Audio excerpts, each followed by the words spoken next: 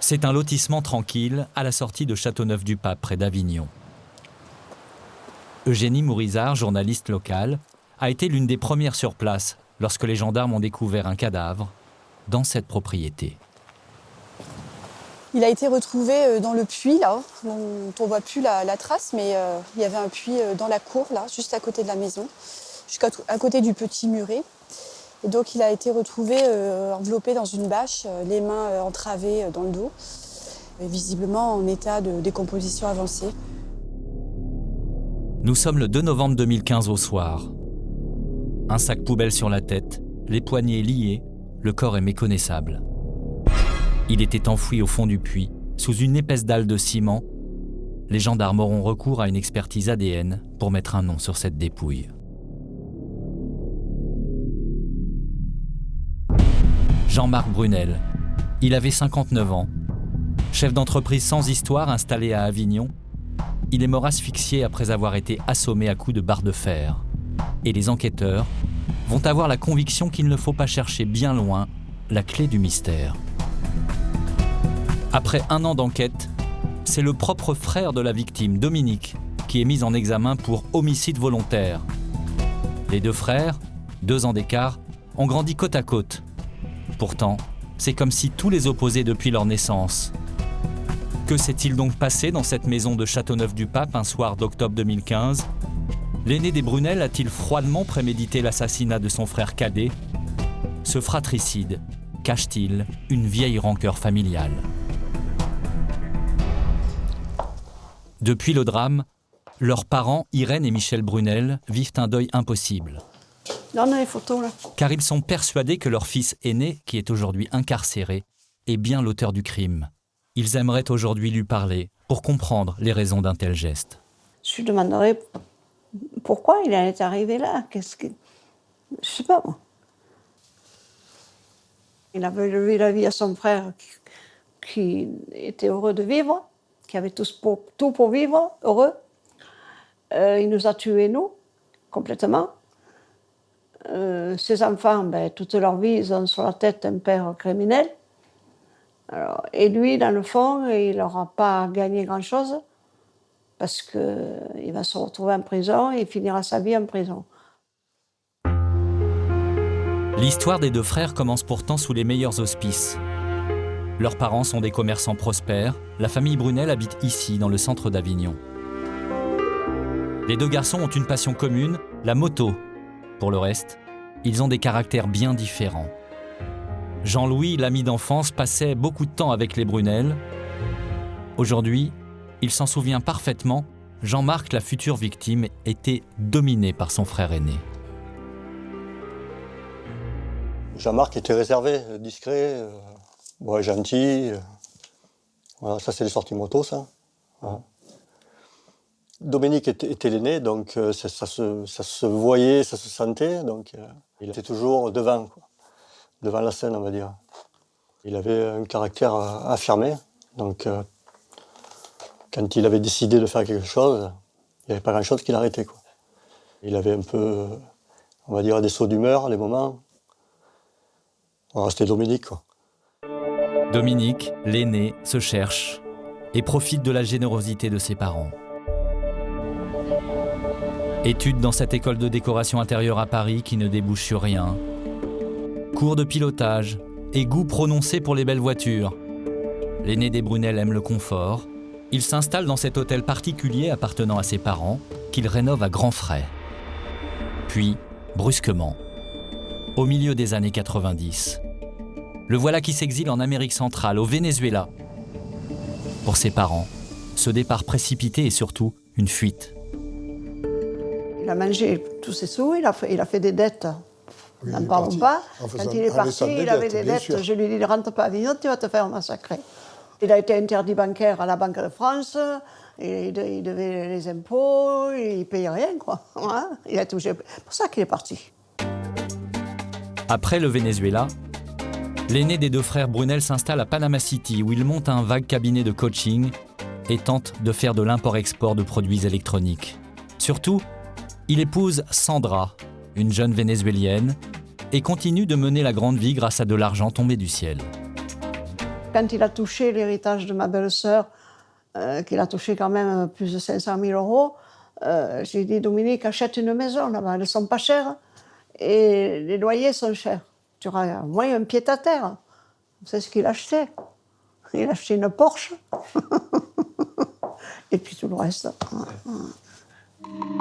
Un héritage familial vite dilapidé. Ses parents lui versent 100 000 euros de plus, mais en 2014 décident de lui couper les vivres. Comment maintenir son train de vie? À qui s'adresser? Depuis Panama, Dominique Brunel va se tourner alors vers son frère cadet resté en France, qui lui mène une toute autre vie. C'est ici, dans ces modestes bureaux, que travaille le plus jeune des frères Brunel. Lui aide ses parents à développer leur entreprise de commerce alimentaire spécialisée dans le fromage râpé. Le responsable de cette zone industrielle se souvient d'un garçon exemplaire, admiré par ses parents. C'était un homme plein de sagesse, un homme posé, un homme raisonnable, quelqu'un de bien, quoi. Quand le père ou la mère disait Jean-Marc, c'était le mot magique. Jean-Marc est là, c'était celui qui leur succédait, c'était celui qui travaillait le plus. Il ne parlait pas de Dominique, non. Je n'ai jamais entendu parler de Dominique. J'ai l'impression que c'était plutôt le fils dont on parlait pas trop, celui-là. Dominique, le fils rejeté. Jean-Marc, le fils adoré. Leurs retrouvailles seront fatales. Nous sommes alors à l'automne 2015. L'exilé du Panama annonce son retour, ici, à Châteauneuf-du-Pape, expliquant qu'il a besoin de soins médicaux. Il demande à son frère de l'héberger. Pendant 15 jours, la cohabitation semble bien se passer, mais brusquement, le cadet des Brunel ne donne plus signe de vie. Pas même à sa compagne, qui vit à Marseille. Bernadette est la première à s'alarmer, car le couple a l'habitude de s'appeler tous les jours. Je suis inquiète et je lui envoie des SMS et ça ne répond pas. Et c'est Dominique qui me répond, par SMS. Bernadette a conservé cet étonnant message qui a fait basculer sa vie. Jean-Marc est parti impromptu quelques jours et m'a laissé son téléphone pour gérer ses clients. Ne t'inquiète pas, il n'y a pas de problème. Gonflé, il n'y a pas de problème. L'aîné des deux frères va ensuite téléphoner à Bernadette et lui raconter une histoire rocambolesque. Il m'a dit de partir pour une autre femme, en Ukraine. Soi-disant, il m'aurait accompagné à l'aéroport. J'étais en larmes, j'étais effondrée, il me tombait tout sur la tête. Le dévoué Jean-Marc en Ukraine, ses parents n'y croient pas. Ils n'auraient jamais laissé l'entreprise familiale sans les prévenir. D'autant que le témoignage de sa femme de ménage est encore plus inquiétant. Elle a découvert, dans la maison, des indices troublants. Je suis allée au bureau et c'est à ce moment-là que j'ai vu la carte bancaire avec le code, une autre carte Gold qui venait de recevoir. En Ukraine, on a besoin de son passeport. Le passeport, il est dans le bureau. Une commode, un tapis et d'autres objets de valeur ont disparu. Et ce frère venu du Panama a lavé les rideaux. Son comportement est suspect. Il était tout le temps dans le bureau de Jean-Marc, en train de fumer dans les tapis. C'est pas normal qu'il rentre dans son ordinateur. Je lui disais, mais qu'est-ce que vous faites à ouvrir les tiroirs? Il me dit, ça vous regarde pas, je suis chez mon frère. Avec son regard de sadique comme ça, il m'a fait tellement peur. J'ai pris mon sac, je suis partie dans ma voiture. Et il est arrivé, vous savez, comme un fou auprès de la porte. Et en regardant dans mon rétroviseur, j'ai vu le diable. Effrayée, la femme de ménage prévient les parents Brunel, qui, eux, alertent les gendarmes. Lorsque ceux-ci arrivent sur les lieux, la maison est vide. L'aîné des Brunel a disparu. Il y a sur les murs et sur les rideaux fraîchement lavés de minuscules taches de sang. Les enquêteurs découvrent qu'une dalle de béton a été fraîchement coulée par-dessus le puits. C'est là que sera découvert le corps de Jean-Marc. Jean-Marc a été retrouvé au fond du puits avec 4 serflex attachés les mains derrière le dos, un sac de poubelle sur la tête, dans une bâche mortuaire. Or, Jean-Marc n'avait pas tout ce matériel chez lui, c'est pas possible, c'est pas vrai. Il n'avait pas tout ça. Donc, nous considérons qu'il s'agit d'un acte prémédité. L'avocat des parents Brunel, Maître Lemaire, nous révèle d'autres détails accablants. Selon lui, le meurtrier n'a absolument pas paniqué. Il a méthodiquement organisé sa fuite, faisant transférer tous les comptes de son frère vers une banque en ligne. Vendant ses meubles, y compris cette moto neuve que venait de s'offrir Jean-Marc Brunel. Il a fait preuve d'un aplomb exceptionnel. Moi, j'ai rarement vu ça. Un culot phénoménal. Pendant 12 jours, ce garçon va dormir dans cette maison, va vivre, va aller dans l'entreprise, va être en contact avec les uns, les autres, va voir le banquier, alors qu'il a jeté son frère au fond d'un puits. À bord de la voiture de son frère, Dominique Brunel quitte la France, laissant quelques traces derrière lui. Il est d'abord flashé sur l'autoroute près de Béziers, puis filmé au Pertu, à la frontière franco-espagnole. La voiture sera retrouvée sur le parking de l'aéroport de Madrid. La dernière trace de l'aîné des frères Brunel est un aller simple pour le Panama. 6 mois plus tard, les autorités panaméennes vont recevoir un mandat d'arrêt international émis par la justice française. La police panaméenne finira par localiser le fuyard ici, dans cette résidence sécurisée. Dominique Brunel est interpellé le 16 novembre 2016. Les policiers panaméens lui annoncent son extradition vers la France.